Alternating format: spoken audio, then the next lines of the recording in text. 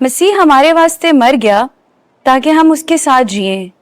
ہمارے لیے آج کی پہلی تلاوت مقدس پولوس رسول کا پہلا خط تسالونیکیوں کے نام، اس کا 5واں باب، 1 تا 6 اور 9 تا 11 آیات مقدسہ۔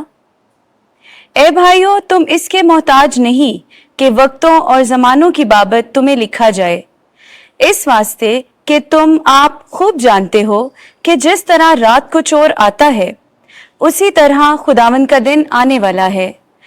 جس وقت لوگ کہتے ہوں گے کہ سلامتی اور امن ہے، تب جس طرح حاملہ کو درد لگتے ہیں ان پر ناگہاں ہلاکت آئے گی اور وہ ہرگز نہ بچیں گے۔ مگر اے بھائیو، تم تاریکی میں نہیں ہو کہ وہ دن چور کی طرح تم پر آ پڑے، کیونکہ تم سب نور کے فرزند اور دن کی اولاد ہو۔ ہم نہ رات کے ہیں نہ تاریکی کے، بس ہم اوروں کی طرح سو نہ رہیں بلکہ جاگتے اور ہوشیار رہیں۔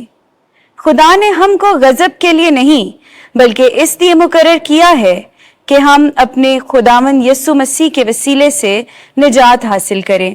وہ ہمارے واسطے موا تاکہ ہم خواہ جاگتے خواہ سوتے اس کے ساتھ جئیں۔ اس لیے تم ایک دوسرے کو تسلی دو اور ایک دوسرے کے افادے کا باعث بنو، چنانچہ تم ایسا کرتے بھی ہو۔ پاک کلام کے پڑھے اور سنے جانے پر خدا کی برکت ہو۔ زبور 27 جمعیتی جواب۔ میں خداوند کا فیض دیکھوں گا۔ خداوند میرا نور اور میری نجات ہے، مجھے کس کا ڈر ہے؟ خداوند میری زندگی کا حسن ہے، مجھے کس کی ہیبت ہے؟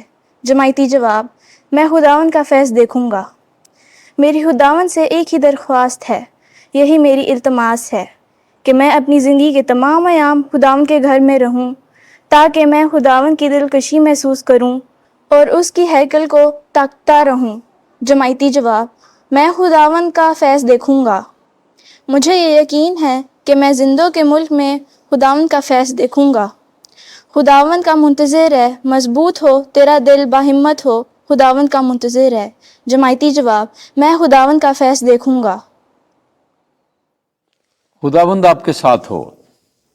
انجیل مقدس لوکا کے مطابق اے خداوند تیری تمجید ہو۔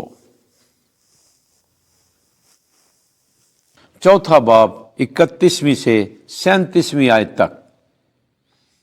میں جانتا ہوں تو کون ہے، خدا کا قدوس۔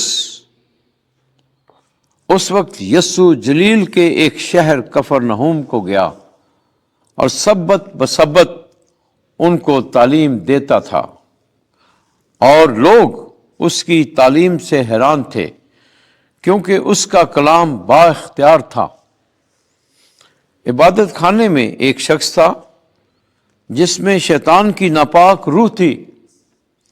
وہ بڑی آواز سے یہ کہہ کر چلا اٹھا کہ اے یسوع ناصری، تجھے ہم سے کیا کام؟ کیا تو ہمیں ہلاک کرنے آیا ہے؟ میں تجھے جانتا ہوں کہ تو کون ہے، خدا کا قدوس۔ یسوع نے اسے دھمکا کر کہا، چپ رہ اور اس میں سے نکلا۔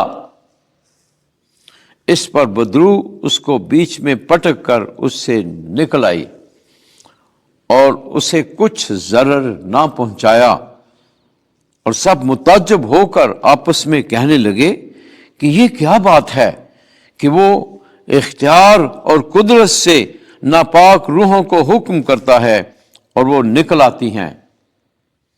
اور آس پاس کے علاقے کی ہر جگہ میں اس کی شہرت پھیل گئی۔ انجیل مقدس کے وسیلے سے ہمارے گناہ معاف کیے جائیں۔